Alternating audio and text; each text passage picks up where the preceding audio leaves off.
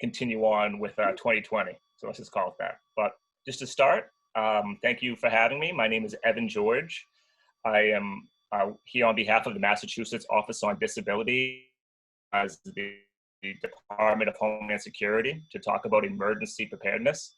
And obviously, this is a very unique time in that everyone in the country has just simultaneously gone through what we can just describe as a natural disaster, even if it's better described as a global pandemic. So I am going to speak about COVID kind of in and throughout this training. But this training all really started right after Hurricane Katrina. So in 2005, Hurricane Katrina completely devastated the city of New Orleans, and it resulted in just about 1,800 deaths. And what they did was something called an after-action report. And what they found was that roughly half the people who died, so 900 people, different groups.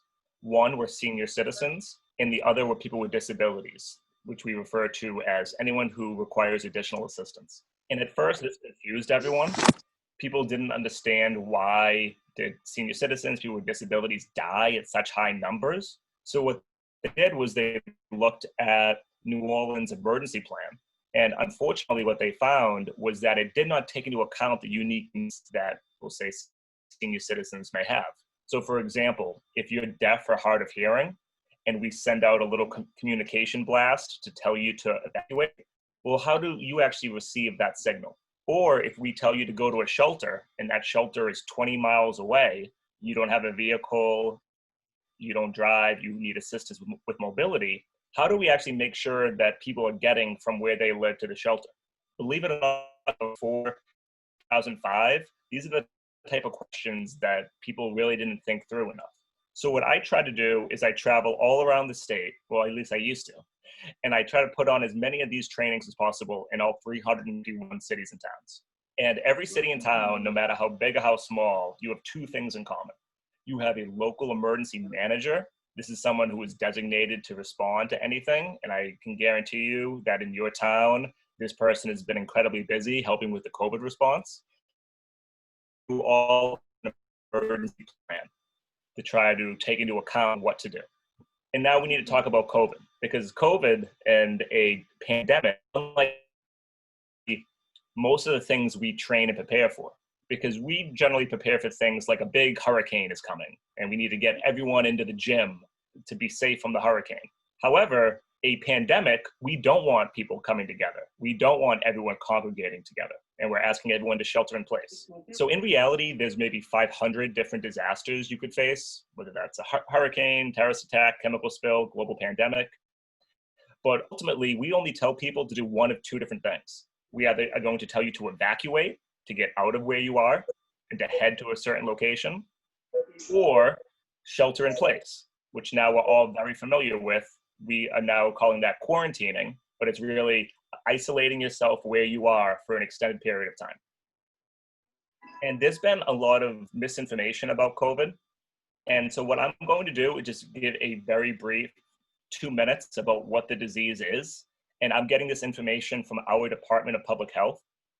And that is the most accurate way for us in Massachusetts to know what's going on in Massachusetts. All the Department of Healths, they definitely have communication. They're trying to be up to date with the most accurate research. But rather than relying on the newest news update that you happen to come across, the most accurate way to make sure that we're all communicating effectively is to just look at the Department of Public Health from the Massachusetts. So very quickly, COVID-19, it's called 19 because that is the year, 2019, that this new, or what we now call a novel coronavirus was seen in humans. Symptoms, they may appear anywhere between 2 to 14 days after exposure. These symptoms include a fever, cough, shortness of breath, and in severe cases, pneumonia. It's like fluid developing in the lungs. Also, it's possible for COVID-19 to spread to others up to 48 hours before you exhibit symptoms. And we also do not know to what extent people who are what's called asymptomatic, meaning they don't have any symptoms, but they're carrying the disease, can transmit it. We still do not know the extent to which that transmission is done. If you think you have these symptoms, or if you're developing these symptoms, immediately call your healthcare professional, or also call your healthcare professional if you think you've been in close contact with somebody who has tested positive. Outside of that, it's spread from person to person. Here in Massachusetts, and this is true really globally, it has become what's called widespread community level transmission, which means your travel history really is no longer an indicator because so many people have now come into contact with the disease. And outside of that, the last thing to know about this is that it's a respiratory virus, and it's spread really through the respiratory symptoms and what are kind of microscopic droplets, which normally come out as somebody coughs or sneezes. Simple process. I'm sure people might have questions more on COVID, but just to quickly get a sense, does anyone have any follow-up to anything I just said? Evan, I was hearing recently that it's believed that it's not as transmissible by touching things as had been previously believed. Do you have information about that? So, and this is when I need to be very disciplined, because just like you, I'm reading a lot about it, I'm listening a lot about it. The Department of Public Health has not come out with any statement or guidance to the extent that it's transmissible from like a surface. Okay. And the reason for that is, as I said, it's called a novel virus because it is brand new. And as researchers around the world are looking more and more into it, some find this, but then another study comes out which contradicts it. And really, it takes a very long time for us, and by us, I mean like the human race, to have a collective understanding. This takes a lot of different studies and test cases and examples to kind of build up that collective knowledge. Right. So to directly answer it, the Department of Public Health has not issued any guidance towards that. Okay. Thank you. Oh, my pleasure. Was there anything else? All right. If anything pops in your head around COVID, and I'm going to add some more things as we go as well. So as I said before, I'm with the Office on Disability. And if you've never heard of us, we were founded in the 1980s. It's our job to make sure that there's a full and equal participation with people with disabilities of everyday life. And what it means to have a disability really just means that you need assistance with one or more of life's major tasks. So that's things like getting out of bed, using the bathroom, changing yourself, mobility, anything like that.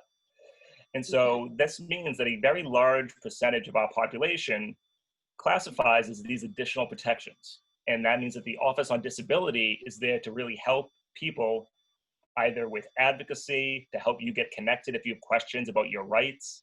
If you have questions like, why don't we have more accessibility parking? Why is this door so heavy and doesn't have one of the buttons? Any really kind of general questions like that, you can use us as a guide and a resource. And our phone number and information is available on like all the documents that I have that I'm going to share with Terry after this, and she can disseminate this. But they are an incredible resource. And even though we're all working remotely, you still have full access to us if you need us. So the most important thing, and this is why Governor Baker is like on right now at noon and has been doing these very steady press conferences almost daily at the same time, is because communication is the most important thing during any disaster. And that's why I try to be very disciplined with the analysis that I gave you during COVID. And during any natural disaster, we have some great tools so that you can figure out what is actually happening almost as soon as we know it. And I'm going to share some of those tools with you. But one of them, and this is something that most people don't know about, is something called the 911 Disability Indicator Form. So if you've ever had to call 911, you call 911, operator picks up, hello, 911, what is your emergency? Now, if you're someone who might need additional assistance, like let's say if you're deaf or hard of hearing, and you want your local first responders to know that, you can fill out this form, which will be attached to the documents, have someone bring it to your local police, and they will input that into the database. So let's say now if you call, the operator picks up and they say, hello, 911, what is your emergency? It'll now appear on the screen, oh, this person is deaf or hard of hearing. Now when I talk to your local firefighters, I can say, just so you know, you're responding to someone who's deaf, so now you need to do X, Y, or Z. But your local first responders wouldn't know that about you unless you voluntarily disclose it. So I highly encourage you when you go back through these documents to look at this form, fill it out for either yourself or someone you know. The more information your ambulance drivers and firefighters and police officers have about you in an emergency, the more likely it is that they'll be able to help you and everything will go nice and smooth. 50% increase. So along with that, your communication tools, and this is something they've been using during COVID-19 as well. If you ever need help from your government, you call 911. If you ever need information about a state level disaster, you call 211. 211 is a phone number you call to get information in the moment. And it is staffed by MEMA, the Massachusetts Emergency Management Agency. And they're there to answer all the questions like, where is my local shelter? Where do I need to evacuate? What is going on? And so during any emergency, most people panic and call 911. And what happens when so many people call 911 at the same time is, just like anything, the system can't handle that large amount of volume. 211 is the actual number to call to get information for a state level emergency. If you remember nothing else from this training, remember the number 211, because as I said before, communication is the most important part of all of this. With that, I'm not sure if anyone here has a smartphone. A smartphone is any phone that can go on the internet. But we have paid, and by that I mean through your tax dollars, we bought this cool thing, and it's also on the document. It has a very tough name. It's called Ping, Ping as in ping pong, Ping 4. If you type that in to where you download apps, I wish I was there in person because I would more than be willing to show you all how to do that step, but you'll find it in the document. And what it does is a little app for your phone that knows if you're safe. And what I mean by that is, I was once giving a training, I think in Plymouth, and while I was giving the training, I got a little alert and I looked at it and it said, shelter in place, there's a tornado 6 miles away. Now my phone knew I was 6 miles away because it uses GPS, global positioning satellite, on my smartphone, and it knew I was within that little bubble, that disaster area. So it'll only bother you if you are within that disaster bubble. If you do not use smartphones, but you have children, nephews, people in the neighborhood who you know could benefit from just having that little alert, share this resource with them also. And that goes with everything I'm saying. Just by kind of listening to me right now for the 30, 45 minutes we have together, you are probably the most knowledgeable people about your state's emergency services. Because these are just things that, unfortunately, we do not do a good enough a job communicating to people. So please share everything I'm sharing with you right now. The last thing on communication that I just want to hit is specific for COVID, because we, the state, have created our own little hotline for that. You can still use 211 for a phone number, but if you like to send text messages, you can send a text message, and the number is 888-777. If you just type that in to where you send messages, 888-777, phonetically it spells COVID MA. That's why they chose that. You can text questions to people.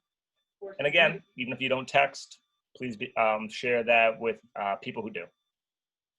Also with texting, you can text 911. And the reason I like to talk about this, even if we think we're always going to call, if you know, let's say teenagers, people who still go out a lot, even though we all really can't do that just now, they're in an unsafe situation and they want help, but they don't want the people around them to know that they're calling 911. You can quietly text 911. So let's say if you're in an Uber or a Lyft, it's late at night, the person's very afraid because the driver is acting a certain way. They don't want to call because then the driver will know they're calling. You can quietly text, just type in 911, just like you would someone's phone number or saved in your contacts, and just say I need help. And I believe we are one of the only states in the country that offer that service. So if you can remember that, especially I'm a former educator, share that with everyone you know, but especially teenagers, people who in their 20s who might find themselves in that type of a dynamic or situation. I want to give a shout out. So that was a lot just on communication. As I take a quick sip of my coffee, does anyone have any questions about anything I've said thus far? A few weeks ago, when the governor and I. Has Charlie Baker given us any big updates yet? Sorry, I'm listening to you and I'm. Oh, no, that's good. That's good. I'm beating Charlie Baker. That's good. Okay, my husband's got please, Baker, I've got you.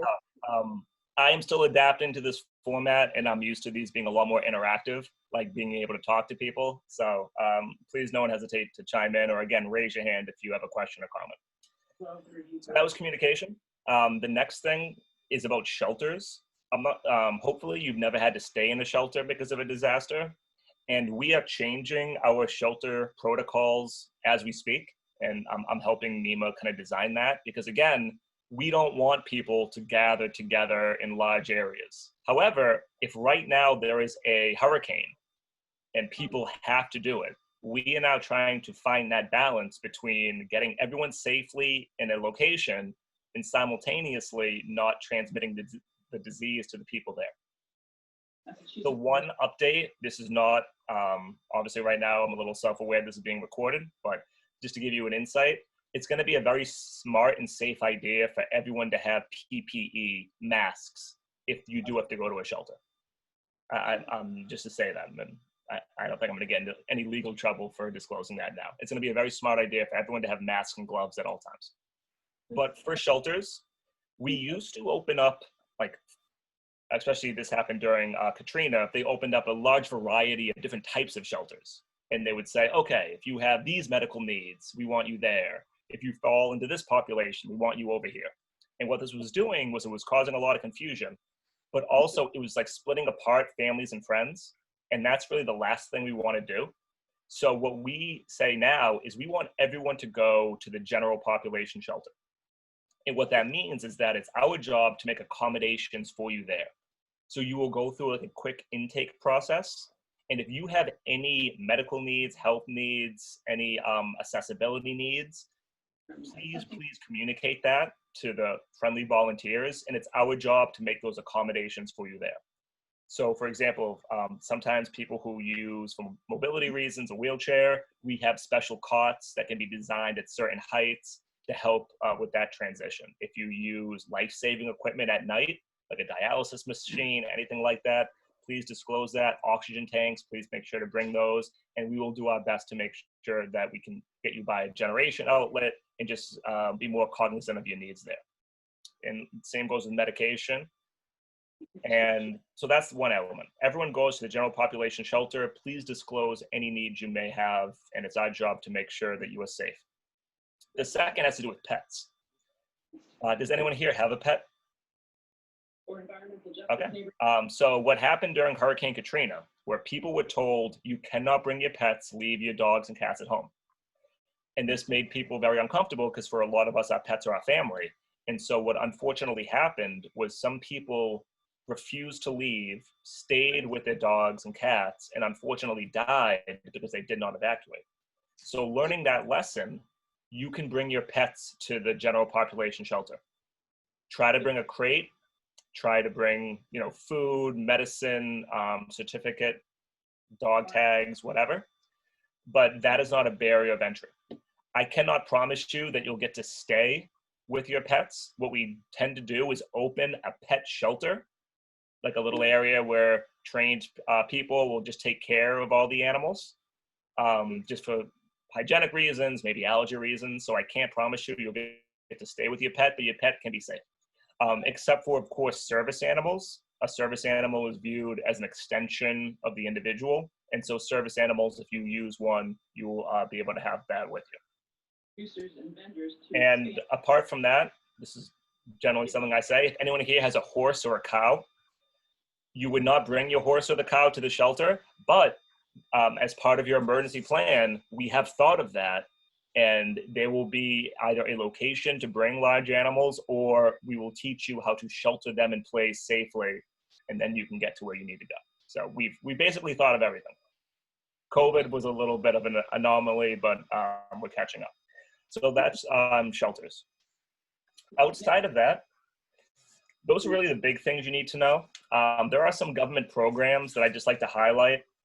If you ever need equipment, whether that's like a wheelchair, rocker, shower chair, cane, anything like that, and you just don't know where to get it, you don't think you can afford it, there is a statewide program called Re-Equipment, and everything I'm sharing with you right now can be found in this packet that we're going to send out later. So if you ever just go online and type Re-Equipment, or again, just look at the link and the phone number in this document, these are the people that help connect you with those type of materials. Also, vice versa, if you just have, we'll say in a basement or attic, old medical equipment that you don't need or use, you can call these nice people up. They'll come by, make it all nice and new, and give it to somebody in need. Also, if you're ever looking for services or programs, and by that I mean day services, personal care, health and therapeutic, mental health, in-home supports, anything like that, and you just don't know where to go, you don't think you can afford it, the program is called Mass Options. Mass is in Massachusetts, options. And it is across the entire Commonwealth. And again, they are there to help connect people with these type of services. So Mass Options for programs and services, Re-Equipment for equipment. And so that kind of covers like the state level of what we do for emergency preparedness. The last section before I open this up to questions is about your individual preparedness, because no matter what the crisis is, you need to have two different things ready to go at a moment's notice. One is like materials, and I'll get to that just at the end. And the other is your personal information. Now, COVID is a little bit different because we're all stuck at home. But right now, everyone at your house, you probably have a desk drawer, a file somewhere, and you keep a lot of your important life information, whether that's bank account information, health insurance information, your medical needs, just that type of stuff. We all have that junk folder somewhere. But if right now you get an alert that says there's a tornado heading to your location, immediately evacuate, and you have 5 minutes to leave, if you don't have those items listed somewhere ready to go at a moment's notice, you're going to forget them. And I'm sure people here remember the Merrimack Valley gas leaks that happened, I'm going to say 2 years ago. Very similar thing. People were told immediately evacuate your homes, and some people were not allowed back into their homes for 3 to 4 months. And 3 to 4 months is a long time for people who might need your insurance information, your medical history, your bank account information, just like that type of stuff that helps you live day to day, that you might only need a few times a year, but would be a major barrier if you can't access it. And that is really what this packet is meant to do. And again, we're going to share these out both electronically, and then when you receive the red bag, I'm going to have these in it. It's roughly 15 pages, and it would take you maybe 20 minutes to fill this out, but the 20 minutes that you fill out to it on like a lazy day, when again, we're all stuck inside anyway, going crazy out of our minds, could save you huge dividends if you ever needed it. I don't need to go through it line for the line, but first page is like biographical information. 2, 3, and 4 are about your emergency contacts. We want everyone to have 3 emergency contacts, 2 that live in your area that can get to you in a reasonable amount of time, and then think of someone that lives very far away. And the reason for that is, let's say if your town is experiencing a massive storm and we need people to evacuate. If your emergency contacts are only the people who live next to you, well, they're going to be dealing with the same emergency. So it's going to be very hard for them to help you, for you to help them. But if you know someone who lives in Wisconsin, you can call that person up and say, hey, turn on the news. Something crazy is going on right now. I'm going to pack for 10 minutes. Can you look into what's happening? Can you figure out what shelter I need to go to? And now you have someone who's safe and calm who can help you with that level of research while you're taking care of your needs. Make sure to have your like what medication you take, the milligrams. Again, like right now, I'm very calm, even though it's right over there. I can't pronounce or spell any of the medicine I take. I don't know the milligrams to that stuff. So if I am now at a shelter and I'm trying to communicate to a volunteer what it is I need, I just won't be able to do that effectively. Also, to write down your what I'll call medical needs, like your any diseases, chronic illnesses, and to write down the full phrases. A lot of us use slang to describe our medical needs, but again, if you're talking to a 19-year-old volunteer who has no idea all of like the vernacular and the jargon, you need just to have it all written down so they can quickly go on Google, figure out what it is, and to try to help you with what you need. Towards the end, it talks about your evacuation route. And the reason that right now I can't tell you your evacuation route, the reason I can't tell you what shelter to go to, is because I really don't know what the disaster is going to look like. So for example, if there is a tornado coming to your town and I told you where your shelter was ahead of time, you're going to remember that. And you're going to say, oh, okay, like that nice young man told me to go to that shelter. However, if the tornado is heading directly to that shelter, well, now that won't be a shelter, and we're going to open up something else in another area. So you need to adapt just as quickly as we do, which is why I spend a lot of time just on communication. So I can't tell you where to go with that disaster route, but at the end of this packet, if you just want to write down again 211, so you remember that is the phone number to get this information, it'll again pay huge dividends later on. So that is with your personal information. Right before I get to show you the fun goodies I get to give you and answer any questions you may have, one of the last things they would like me to talk about is, just to get that phrase 100% correct, what's called an active shooter or / terrorism. And the reason that is going to be like on one of the packets that you receive is because this is, again, funded by the Department of Homeland Security. Whenever you work for a government agency and you accept their money, they can say, okay, you can have the money, but you have to talk about this. And they want me just to bring up active shooter. Unfortunately, it does happen all too often. COVID, the current dynamic is maybe drowning out mass shootings, but again, they do happen all too often. So an active shooter is really anytime you hear gunfire and you think somebody might just be shooting people indiscriminately. It does follow the steps of a natural disaster, though.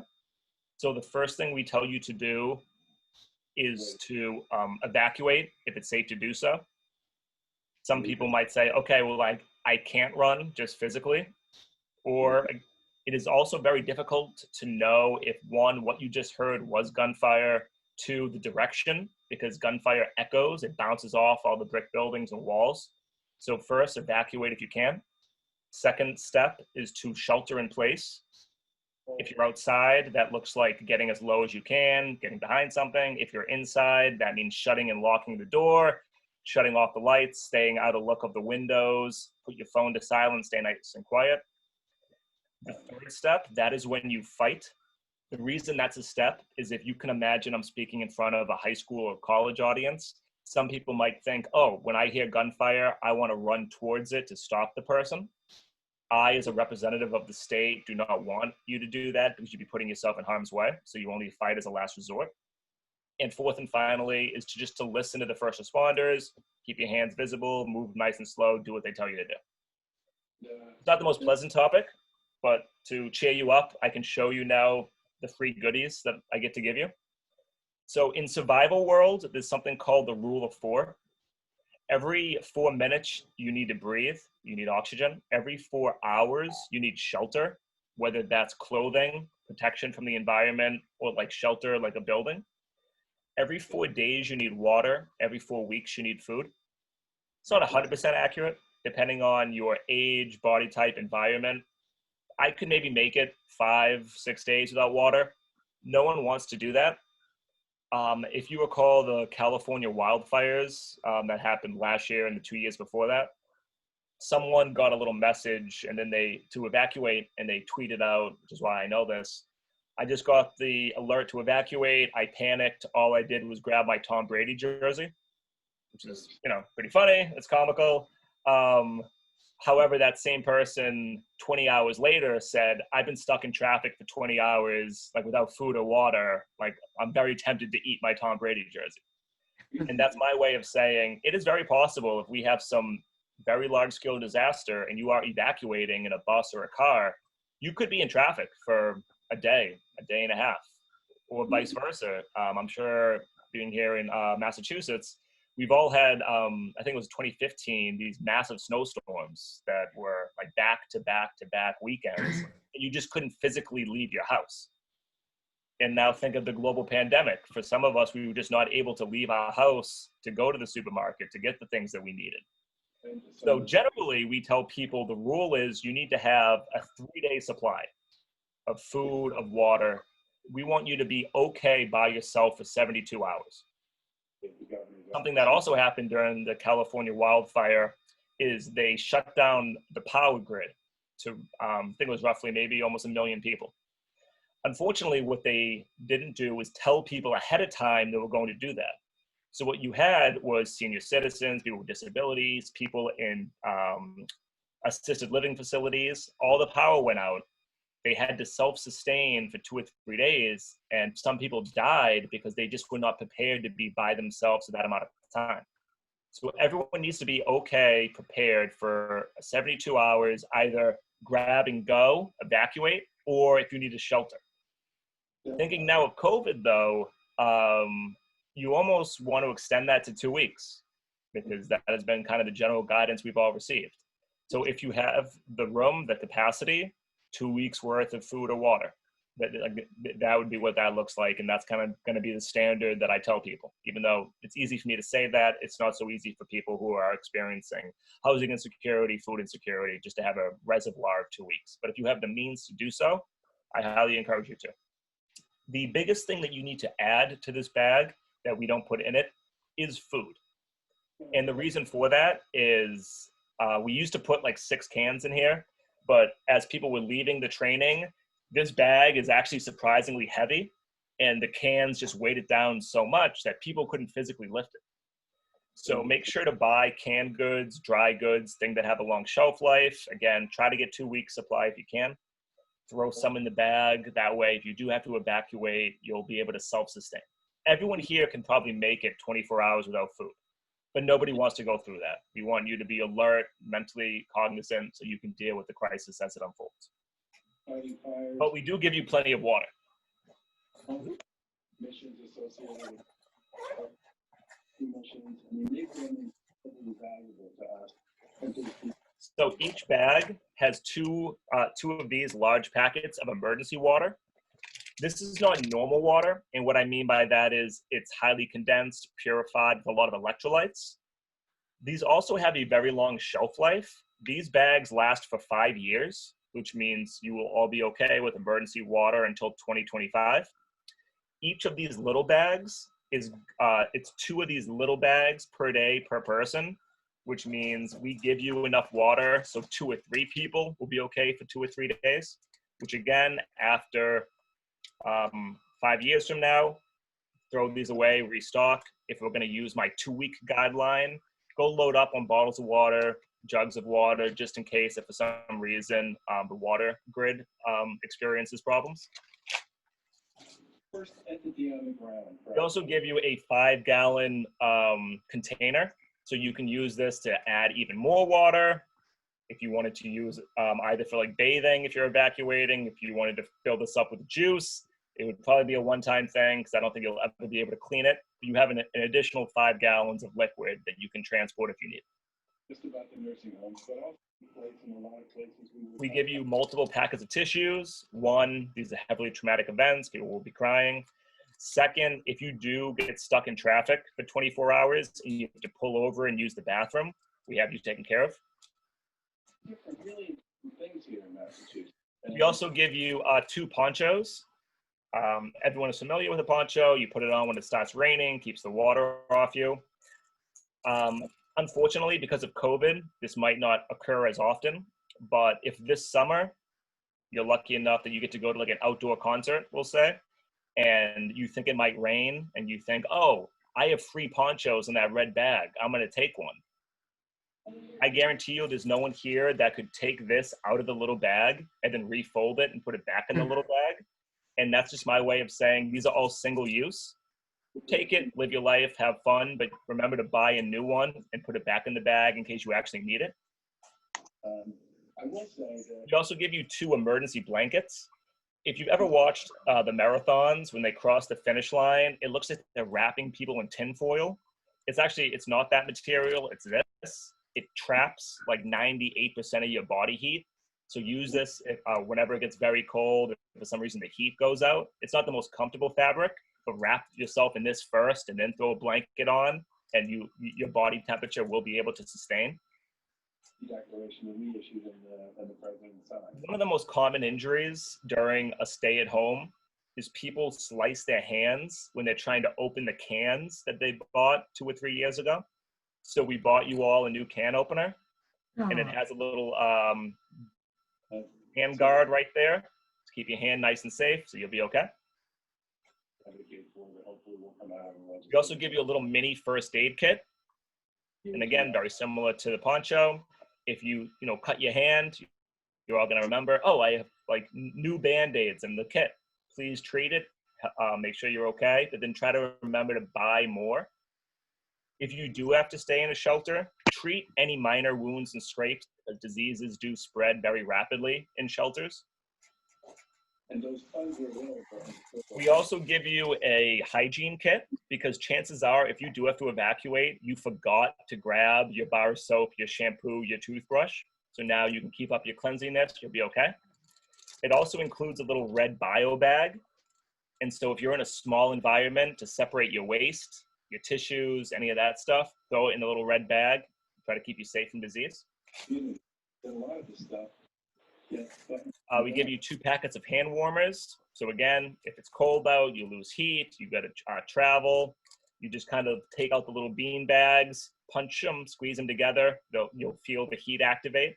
They say they're good for 10 hours. If you've ever used hand warmers before, you know that it's closer to 2 or 3. in the state to give people a lot. We also give you the 14-in-1 pocket tool, like a little knife, pliers, another can opener, oddly enough, a fish scale, if you have, for some reason, need that, but just kind of a general assortment to try to help you with those little everyday things. Actually, in July. We also give you a whistle in case you are trapped by yourself. We give you a little glow stick in case your car breaks down. Just take this out of the tube. You bend the plastic together. The 2 chemicals combine. It glows up to a mile, hopefully flag down to help. We give you 2 feminine hygiene pads. So they have their initial use, but if you look at the bandages in here, this is actually the largest bandage you have. If you're either yourself or you're with someone who gets a very, very bad cut, if you take both of these out, stack them together, the #1 rule with any cut is pressure, and just apply pressure. Could save your life or that person's life. Finally, the last thing, the best value, is we give you the 4-in-1 flashlight radios. So we used to give the flashlight radios that had the big Duracell batteries, but what ended up happening was 3, 4, 5 years from now, when people needed it, the batteries were dead. So what this uses is a little hand crank. 1 minute of doing this gives you 10 minutes of power. So you'll have a flashlight, you'll have a radio, so you can try to figure out what's going on. A little button makes what's called a noise maker. But the coolest thing this can do is it can charge your cell phones. So if the energy grid does for some reason go out, or if you're traveling, it uses like a USB cord, which I can actually show you right here. Almost all cell phone chargers use this little USB cord. You just plug it in and you just start cranking. Now, if you have a smartphone, you have a little bit of an advantage because it can download that cool app, go on the internet. However, these are mini computers. They take a lot of power to generate. So I've been able to do it. I killed this battery, plugged it in here, and just went nuts for a bit. And that's my way of saying, just hand it to the healthiest, strongest person you're with. Tell them to go crazy. But if you, either yourself or you're with someone who has the old school phones, like the old school flip phones, and all they can do is call, those are very, very easy to charge. And everyone here, you have enough upper body strength to just do this for like a minute or so, and you will get enough of a charge to call for help, 911, friends or family. bring this COVID. So apart from all of this, you need to add two things. One is, again, add food. Make sure you have that. And second is to make sure you add your personal information like we discussed earlier. Just all the contact information, your medication. Obviously, if you can, make sure to remember to grab your medication on your way out and also throw that in the bag as well. So apart from that, that is really what would be the end of this training. If the in-person version, I would give you a little pitch to just make sure that you actually do fill out the forms we give you. It's very easy to think like nothing bad will happen to me, but we all just went through a global pandemic and we know kind of how quickly our life and things can turn. So that I highly implore you to spend the 10, 20 minutes, fill out that document so you have it ready to go. And I also normally would have like a little mini evaluation form of me. I still have not found an appropriate way to adapt that to Zoom. So you're all spared of evaluating me on a number system. I'm going to imagine you all gave me perfect scores, and that is what I'll tell my supervisor. So besides that, this is generally when we open it up to questions. But you've been a great audience. Thank you for helping me work through how to do this via Zoom. And I'll be working alongside with Terry to try to make sure you all get the bags and you all get the documents that I discussed earlier. So does anyone have any questions about anything I discussed?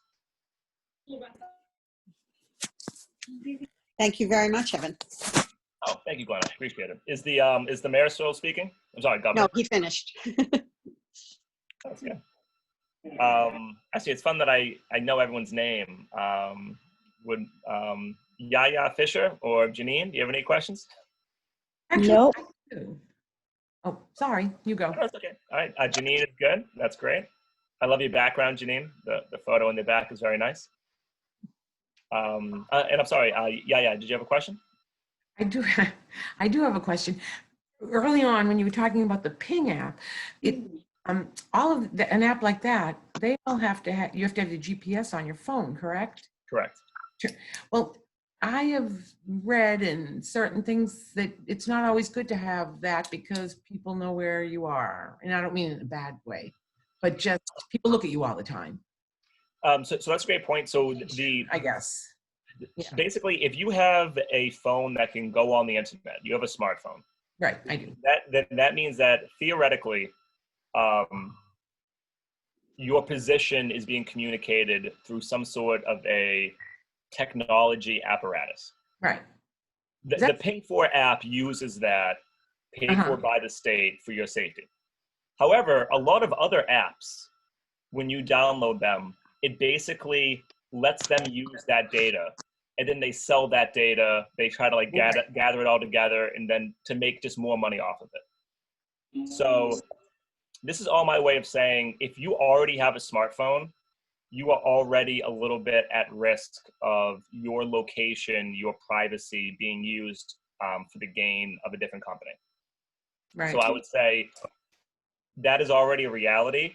I would still download this because this app is not meant to sell your data. This app is meant just to alert you if you're within a disaster. So you have nothing to lose by downloading this app. However, everyone should just be aware that our smartphones and all like the free apps that we get, part of the reason is because of that kind of data collection element. And then everyone should, like, to the extent you're comfortable with that. But if you already have it and you've already kind of made that Faustian bargain, I would still say to download this app, because this app is meant to keep you safe. We do not sell your data to try to make money on the other end. Right, but in order for it to function, you have to have your location on. Yes, so if you, I believe on most phones now, they give you the option to shut off your location. Right. And if you shut that off, this app will not work. So again, that is kind of you individually weighing your privacy and security versus being alerted to this incident. And if you'd rather just use 211, just because of you want to really value that, that's okay too. The more communication methods you have, though, the more likely it is that you will be alerted of an incident when it happens. And gotcha. Each individual, you make that assessment for yourself. But that was a great question. Well, thank you. Anything else? Okay. Thank you so much, people who are going to be listening to the recording. Thank you very much. If you have questions, and by you, I mean the people who might watch this later, please contact, I'm going to say Terry, and Terry can put you in touch with me. And I'm more than happy to answer any questions people may have. Oh, I have one more question. Yes, We please. should keep this emergency kit somewhere that you can go grab and go in the home, inside the house. Okay. Yes. A lot of people ask me if they can keep it in their car. The one reason I don't like that is because the water can, as things get cold, you might forget about it. You know, theoretically, Oh, the right. water could, when Okay. it freezes, it expands. When things expand in plastic bags, they break. So it could like damage the equipment. I don't think water's going to damage your vehicle to much of an extent. So I would keep it in the house in a location that you will remember where it is. Awesome. And thank you for that. It's a great kit. Oh, no, please. Our pleasure to provide this for you. And the one thing that we are going to add to this is masks. Obviously, right now I have roughly 500 of these bags that we ordered before COVID. And so hopefully the next cycles. So just to, I'll add to that on top of adding food and your personal information. Masks are more or less readily available now. I would just grab a couple extra masks and gloves, just throw it in the bag. And then you'll have it in case a year from now, 2 years from now, you do have to stay in the shelter and you need that. Right.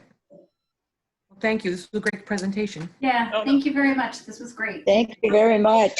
And Terry, you and I will communicate behind the scenes and we'll try to get everyone the bags. Great. Awesome. Thank you so much. My pleasure. Take care, everyone. Bye. Thank All you. right, You as thank well. you. Bye.